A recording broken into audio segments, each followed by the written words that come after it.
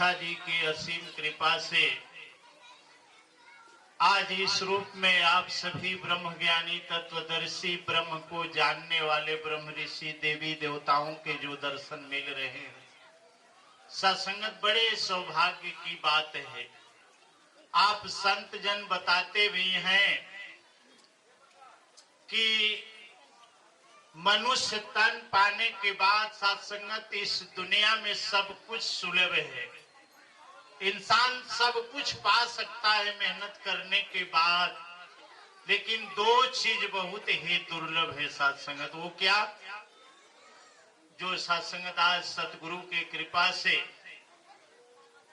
इस जगह बैठ के मिलजुल के ये जो हम संत समागम कर रहे हैं सत्संगत, एक ये दुर्लभ है और दूसरा साधु संगत जो एक एक ब्रह्मज्ञानी संत महात्मा यहाँ से जिस प्रभु परमात्मा की चर्चा कर रहे थे सत्संगत माध्यम, चाहे गीत का था और चाहे विचार का था, लेकिन सत्संगत इशारा सिर्फ एक तरफ था, परमात्मा की तरफ सत्संगत।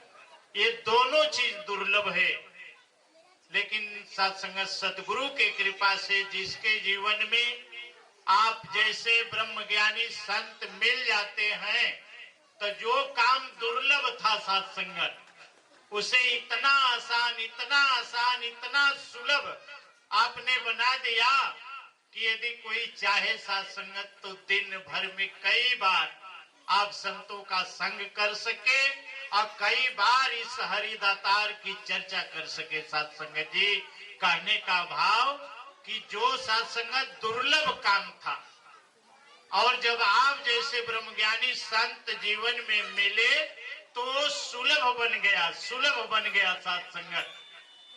और साधु संगत इशारा भी हो रहा था, आप समझ भी रहे थे कि दुनिया में आने के बाद लोग कहते हैं सत्संगत के का मिलल, का बनौली, का भयल, उदासी काहे बदे रहे कि हमके उनसे कम हो, हमका हमार उनकर कम हो, हम कुछो ना पौली, उनके खेत लिखा गयल, उनके 2 तल्ला मकान बन गयल, उनकर ई काम हो गयल, उनके लड़का के नौकरी लग गयल, हमार कुछ ना भयल, यही बदे हम उदासी है सत्संग, यही बदे हम उदास है कि हम सबसे पीछे है। लेकिन साधु संगत महात्मा जन बताए कि आप पीछे नहीं है, बड़े सौभाग्य से ये सुंदर मनुष्य तन ही आपको मिला, और जब मिल गया तो सत्संगत विचार करें कि कैसे कैसे मिलल हो। इतना आसानी से ना, 83,99,999 बार सत्संग जी जन्म हुआ था, लेकिन ऐसा नहीं मिला था। और जब ऐसा मिला, ये मनुष्य तन मिला, तो सत्संगत सबसे बड़ा सौभाग्य तो यही हुआ कि हम मनुष्य तन पा गए। बड़े भाग्य मानुष तन पावा, सुर दुर्लभ सब ग्रंथ ही गावा। सभी देवी देवताओं ने बयान किया, देवी देवता कि नहीं, सबसे सौभाग्य की बात है इस तन को पाना। और सत्संग जो तन पा गए तो अब क्या चाहिए? साधु संगत एक उदाहरण याद आ रहा है। एक महात्मा सत्संग से जा रहे थे और भजन गाते जा रहे थे बड़े प्रेम से सत्संग जी, आनंद में, कि परमात्मा के बनाए गए कानून कायदे में हूँ, अभी मैं फायदे में हूँ। सत्संग जी ये गाना गीत गुनगुनाते जा रहे थे। 2 चोर चाई छिनैती करे वाला रास्ते में रहना, कहते देख तो बड़ा खुश होके जात, कितना पैसा ही ले ले आओ। और सत्संग जी लगने दोनों मिला जेबा टोए जितना रहे कुल निकाल लेना, निकाल लेने के बाद जब निकाल के छोड़ने तो महात्मा फिर हाथ उठा के वही भजन कि परमात्मा के बनाए गए कानून कायदे में हूँ, अभी मैं फायदे में। तब लेक मिला कहता भाई कुछ छूट गल का अर्थ, फिर से धर, फिर से धई ने, अब फिर सत्संग जी कहा अब तक कुछ ना कहा, तब एक सेटवा उठवा निकाल लेना कुछ।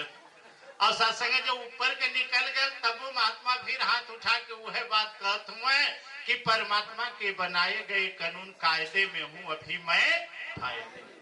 तब सत्संगत फिर दूसर का कहता अरे यार कहाँ रख ले, कुछ हो वही करे पल्ले। तो सत्संगत जी कहले से सारा की कुल निकाल ले पूरा। अब सत्संगत जी कुल निकल गए। तब महात्मा फिर वह हाथ उठा के वह भजन कि परमात्मा के बनाए गए कानून कायदे में हूँ अभी मैं भाई। तब उन्होंने कहना कि अरे यार अब कहाँ रख ले, अब एक पकड़ बैठाओ। अच्छा और सत्संगत बैठा के कहने की ये बतावा कि तुहार कुल हमन छोड़ ले ली, निवस्त्र तुम कह दे ली, अब वही कवन फायदे में हुआ। तब सत्संगत जी महात्मा करना जानल चाहत हुआ, कहा बिल्कुल जानल चाहते ही कि अब तोरे पल्ले का बचल है कि तू फायदे में हुआ। कहे बस तब संगे चल चला सत्संगत जी। अब बगले में भवन रहे उठौले चल गई न, कहे चला अब जो फायदे में वही बताओ तई। अब वहां ले जाए के सत्संगत जी ई ज्ञान परमात्मा के दिया देना। और जब ज्ञान समझ में आया लोगों बैठ के ज्ञान लेना, तब कहना अरे यार एके तो हमन चुरा भी ना सकी। ये बात की कहत ना कि परमात्मा के बनाए गए कानून कायदे में हूँ अभी मैं फायदे। सत्संगत अगर इस शरीर मिल गए, मनुष्य तन मिल गए न, तो दुनिया का धन दौलत ना मिलल, लेकिन अभी हम सोचला विचार कैला सत्संगत कि मनुष्य तन मिलल। एकरे पहले सत्संगत सोचा सबसे पहले ये जाने के यहाँ जरूरत हो कि अगर अपने आप के समझत हुआ हम फलाने है ठिकाने है, हमार नाम ही हो, हमारे बाबू का नाम ही हो, हमारे गांव ही हो, तो एक भूला जा सत्संग जी। इकुल तू ना हुआ नाव गांव जवन परल, तब पैदा भइले के कुछ दिन बाद परल, कुछ समय बाद परल, एकरे पहलऊ तू रहला। और सत्संग जी कहाँ रहला देखा ध्यान जात हुई कि पैदा भइले से पहले कहाँ रहली, माँ के उदर में रहली, माँ के गर्भ में रहली। और सत्संग माँ के गर्भ में, माँ के उदर में जब ये सुंदर तन पौला आई आत्मा एमे आई, ऐसे पहले सत्संग जी कर सफर कार है। बाबा अवतार सिंह महाराज लिख के बतौले हुआ कि सुना जब तू मनुष्य तन पौला, इतना महात्मा यहाँ बहन भाई बैठल हुए सब जने ध्यान से सुने सत्संगत कि आज जो ने शरीर में ये आत्मा हो और जो इतना बढ़िया बढ़िया साधन मिलल हो, एकरे पहले ये आत्मा कहाँ सफर करता है। कई जन्म तू बन के कीड़ा रिंग रिंग के चलता रहा, और तनिक सोचो हालत क्या थी सांप बिच्छू बनता रहा। सत्संग वो करे पहले मनुष्य तन में आवे से पहले ही आत्मा का सफर कई जन्म रेंगे वाले में विचार करा। सत्संगत कितना वैरायटी हो रेंगे वाला, चींटी चूंटा ग्वालीन केचुआ, अब ओकर नावे ना लिया सकत, जितना रेंगे वाला वैरायटी हो सब में ही आत्मा सफर कैले। तनिक सोचो हालत क्या थी सांप बिच्छू बनता रहा, सांप में बिच्छू में तैसा उससे बड़ा रेंगे वाले से तैसा बड़ा जो देखा था आसानी से, सांप में बिच्छू में। और सत्संगत कुछ जन्म उम्मे बीतल, कुछ जन्म फिर कहाँ बीतल, भैंस गाय खर कुकर घोड़ा जन्म पशु के पाया था। सत्संगत भैंस गाय खर माने गदहा होला, क्योंकि कहे कि देखा कि अरे यार बड़ा गदहा हुआ, तुरंत झगड़ा के लिए सत्संगत हुरा फाइट के लिए कि तू गदहा, तुम्हार खानदान गदहा काहे बनौला। और सत्संगत आज गदहा शब्द सुन के और झगड़ा करे बदे तैयार हुआ, उससे जे कहले हो और जौने दिन बन जाइबा सत्संगति वो दिन कैसे मार झगड़ा करवा, फिर एक को बुद्धि न लगी, जितना लदाई उतना लेके जाइबा सत्संग जी।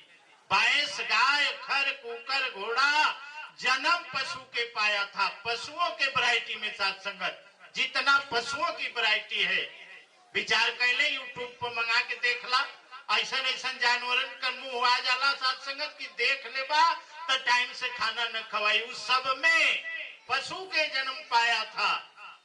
अब सत्संगत जब पशु के वैरायटी से हटबा तब बन चमगादड़ बकुला कौआ, बन चमगादड़ बकुला कौआ उल्लू भी कहलाया था। सत्संगत उड़े वाले में जितना बस यही मुड़ी उठावा माछी, मच्छर, बकुला, कौआ, चिड़ई, जितना ऊपर देखा टिटहरी, तितली, जितना उड़े वाला हो ना, सब में बन, चमगादड़, बकुला, कौआ, उल्लू भी कहलाया था। और सत्संग नीचे बाबा जी संकेत कहना विष्टा में पड़ चिल्लाया था। वो कर विवरण यहाँ से न हुई, आप लोग खुद समझ जाए। विष्टा में पड़ चिल्लाया था, भूल के अपने प्रभु का नाम, और कहे अवतार मेल प्रभु से पाले अपना। सत्संग जी इतना इतना दुर्गति के बाद तब इस सुंदर मनुष्य तन पौले हुआ।